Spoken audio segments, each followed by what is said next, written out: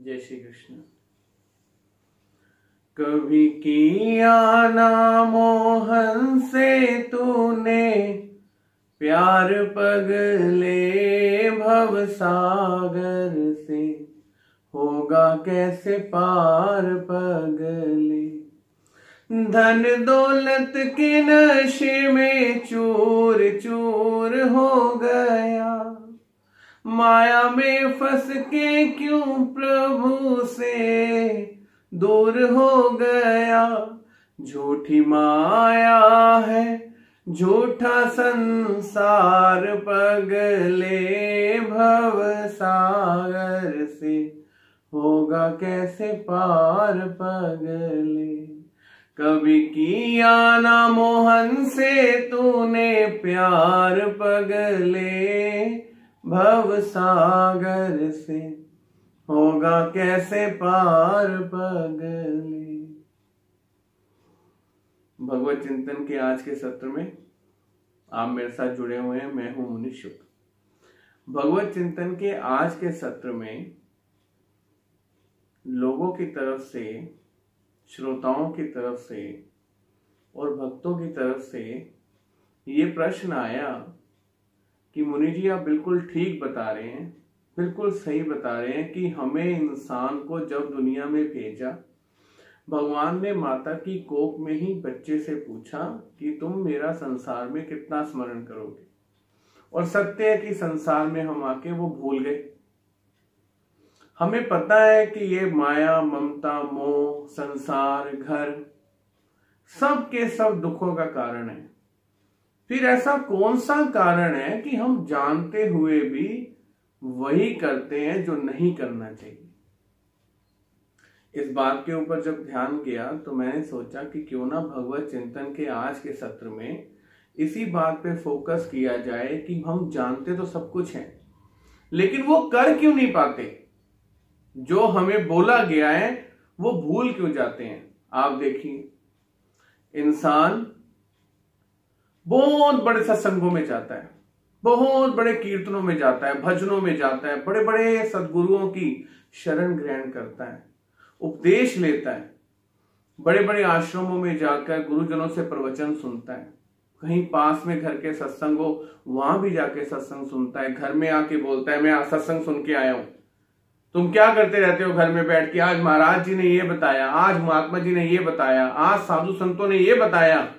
और वही व्यक्ति जो अभी दोपहर को हमें सदुपदेश करना होता है, रात को वही किसी घर की पुरानी बात पे लड़ रहा होता है। अगर कोई सास है, बुजुर्ग है, अपने बेटे को वो यही बोलेगी रात को, सत्संग दोपहर को सुन के आएगी तो हरे कृष्ण हरे कृष्ण हरे कृष्ण हरे कृष्ण। कुछ नहीं रखा संसार में। जैसी रात होगी, पुत्र के आते ही हल्की सी पक्की हुई रोटी मांगी, तेरी जनानी ने मैनू है रोटी दे छड़ी, कोई इज्जत नहीं है, बुजुर्गा दिया कर्ज। अभी दोपहर को वो भगवान के स्मरण में लीन थी, अभी शाम को पुत्र के आते ही उसका वो सारा संतुलन बिगड़ गया और एक रोटी के ऊपर घमासान हो गया। सोचिए आप, हम बहुत सत्संगों में जा रहे हैं, बहुत चैनल्स हैं, बड़े यूट्यूब पे चैनल्स चल रहे हैं, बड़े टीवी में चैनल्स चल रहे हैं, 24 घंटे का सत्संग हम सुन सकते हैं। तरह तरह के कथकवाचक, कथावाचक हमें मोटिलाइज करना चाहते हैं, मोटिवेट करना चाहते हैं कि कैसे हम थोड़ा शुद्ध जीवन जिएं, लेकिन हम सुनने के बाद भी, समझने के बाद भी वो नहीं कर पाते। आज का ये प्रश्न है। एक बार की बात है, बात आपको सिर्फ इस जगह पे लाने के लिए कर रहे हैं कि सत्संग सुना है हमने पता है कि हमें ये कार्य करना है, हम फिर भी नहीं कर पाते। क्यों नहीं कर पाते? ऐसी कौन सी कमी है हमारे अंदर कि हमें जानते हुए, पता होते हुए कि हमें कहीं मुसीबत ना आ जाए, फिर वही काम करते हैं जो मुसीबतों को देने वाला हो। और अगर पता है कि सदगुरु कह रहे हैं झूठ नहीं बोलना, लेकिन हम मजाल है हम झूठ बोलना छोड़ दें। हम दूसरों को बोलते हैं तूने झूठ बोला ही क्यों, तुझे सच बोलना चाहिए था। और उसी समय फोन आया घर में, पापा आपका फोन है, कह दे बेटे पापा घर पे नहीं है। बच्चा भी कह देता है पापा कह रहे हैं पापा घर पे नहीं है। बच्चा सरल भाव से क्यों बोल देता है पापा ने कहा? क्योंकि उसे पता नहीं है झूठ बोलने की अवस्था क्या है। और हम बड़े होकर जान गए हैं कि झूठ नहीं बोलना, तो भी हम झूठ बोलना छोड़ नहीं सकते। बिना बात पे झूठ बोलते हैं। बिना झूठ का किसी कार्य के लिए बोलना तो बहुत शुद्ध बात है कि कोई ऐसा कार्य जिससे किसी की मृत्यु बच जाए, हिंसा बच जाए, कोई कलेश होने से बच जाए, झूठ बोल दिए। लेकिन हम पल पल में झूठ बोलते हैं। किसी ने थोड़ा सा पूछा कल आप कहाँ थे? कल वो हमारे यहाँ कोई मौत हो गई थी। बैठे आप किसी पार्टी में थे, खाना खा रहे थे, आपने मौत बता दी। क्यों? क्योंकि इन्हें लगे नहीं ट्रेजेडी हो गई थी, वरना ये यहाँ जरूर आते। बोल दिया आपने झूठ। छोटी छोटी बातों पे झूठ। हमें रोज समझाया जाता है कि झूठ नहीं बोलना, हम अपने बच्चों को बताते हैं झूठ नहीं बोलना, लेकिन मजाल है वो स्वयं हम बोलना छोड़ दें। और हम यही प्रश्न साधु संतों को पूछते हैं कि गुरुजी जब हम जानते हैं फिर हम ऐसा करते क्यों हैं? एक समय की बात है, एक गांव में बहुत सारे तोतों का झुंड रहता था। वो दाना चुगते खुशी से रहते थे। थोड़े सी समय में पास वाले गांव के शिकारी को पता चला कि उस गांव में बहुत सारे तोते झुंड में रहते हैं। उसने अपना जाल उठाया, जाल बिछाया, दाना डाला, सारे तोते आए, जाल में फंसे। शिकारी ने उन्हें बड़े से पिंजरे में डालकर गांव की ओर प्रस्थान किया। अब यही क्रम शिकारी का एक दिन, दूसरे दिन, तीसरे दिन, चौथे दिन तोतों के मुखिया ने देखा कि हमारा परिवार प्रतिदिन घटता जा रहा है। उसने चिंतित होकर कुछ तोतों को साथ लिया और अपने ही गांव के एक बहुत बड़े गुरु जी की शरण में गया। कहता है, महाराज आपकी बड़ी कीर्ति है, सुना है आप बड़े बड़ों को जगह पर ले आते हैं, मार्गदर्शन करते हैं, आपके चरणों में आकर तो सब सुकुशल हो जाते हैं। आप मुझे कोई ऐसा रास्ता बताएं कि मैं मेरे परिवार को बर्बाद होने से रोक लूं। गुरुजी ने जब उसकी व्यथा, उसके दुख को समझा, गुरुजी ने कहा तुम आज अपने परिवार में जाके सब तोतों में ये बोल दो कि जैसे ही शिकारी दिखे तुम सबने बोलना है, शिकारी आएगा, जाल बिछाएगा, दाना डालेगा, फंसना मत।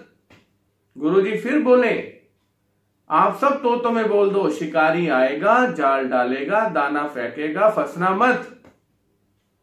मुखिया तोते ने हाथ जोड़कर गुरुजी का आशीर्वाद लेकर अपने गांव में जाकर, अपनी जगह पे जाकर सभी तोतों को यह ज्ञान करा दिया।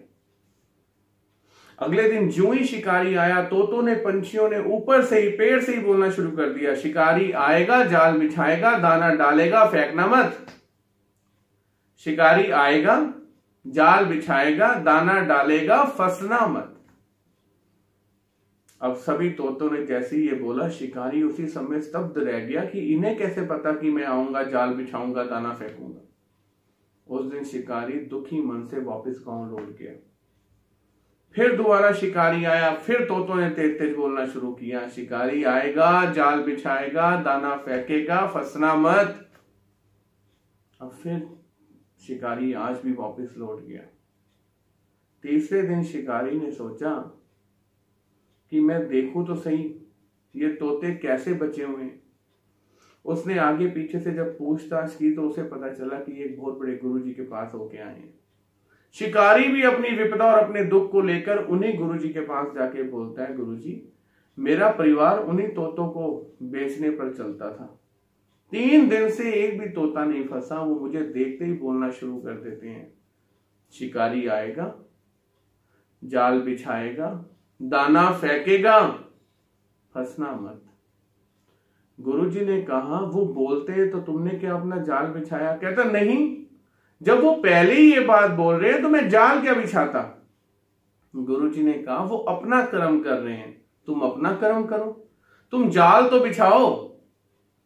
शिकारी ने उसी समय अपना जाल उठाया और वहां जाके जाल तोतों के बोलने के बाद भी बिछा डाला।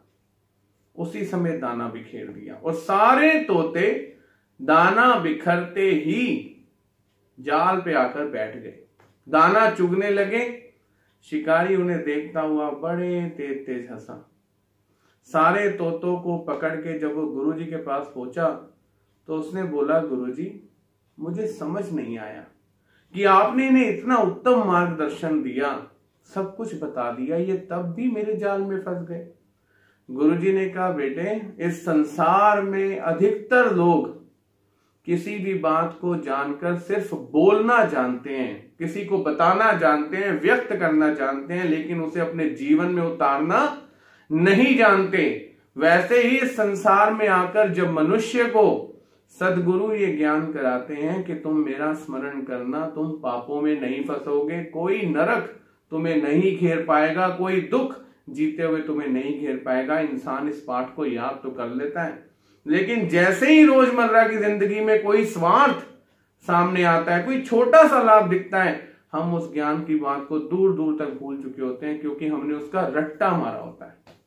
रोज रट रहे हैं हमने बड़ा सत्संग देखा, भगवान ने बोला झूठ नहीं बोलना, युधिष्ठिर जी को भगवान ने बोला तुम्हें बोलना पड़ेगा, अश्वत्थामा मारा गया, युधिष्ठिर जी ने कहा मैं झूठ नहीं बोलूंगा। बड़े बड़े इतिहास सुने हमने, बड़े बड़े ज्ञान की बातें सुनी है हमने, रट्टा लगाया है, हर बार रट्टा, हर बार रट्टा। कहानी क्या होती है, जब पूरी मुसीबत का टाइम आता है वो ज्ञान की बातें हमें भूल जाती हैं, और जिथे दिखोती उथे आन खलोती। ये पंजाबी में एक बहुत बड़ी कहावत है कि जहां का गधा उसे बाद में जब आपने छोड़ा और एक लात मारी, वो उसी जगह आके खड़ा हो जाता है जहां से वो चला था। अच्छा होगा भगवत चिंतन को सुनने वाले अपना टाइम व्यर्थ ना करें, सुनना छोड़ दें, और अगर सुन रहे हैं तो ऐसे सुने कि उसे अपने जीवन में थोड़ा तो उतारें। भीम को रात को खीर खाता देख अर्जुन जी ने पूछा कि मुझे समझ नहीं आता, इतने घोर अंधेरे में तुम्हारा खीर खाना कैसे सिद्ध हो जाता है। भीम ने कहा क्यों, जब भी मैं खीर में हाथ मारता हूं और अपने हाथ में लेता हूं तो मेरे हाथ को मेरे मुंह तक जाने का ज्ञान होता है, मैं खीर खा लेता हूं। उनकी इस बात को सुनकर कि जब हाथ को अंधेरे में भी मुंह का रास्ता नहीं भूलता तो मेरे तीर को अपना गंतव्य कैसे भूलेगा।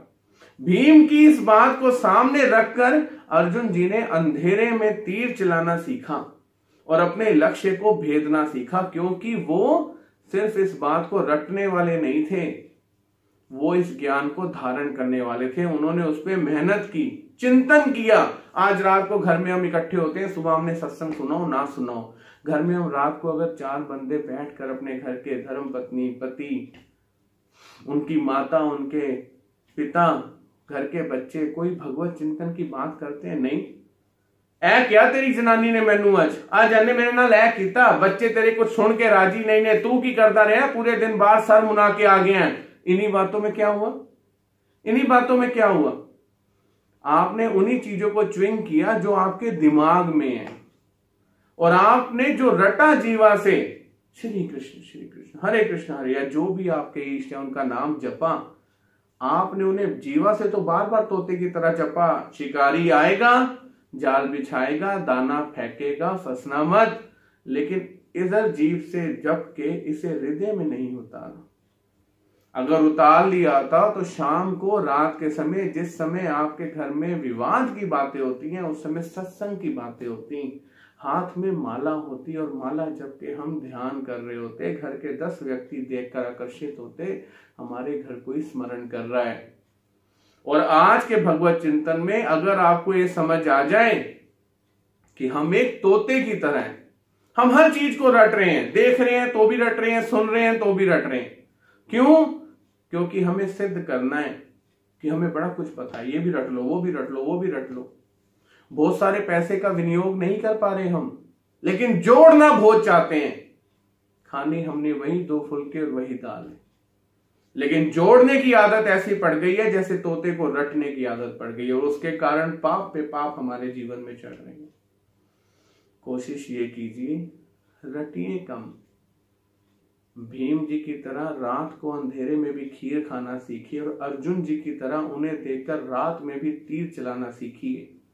यही असली भगवत चिंतन का अर्थ है, और यही भगवत चिंतन को जो सुन रहा है उसकी सिद्धि का मार्ग है। जय श्री कृष्ण।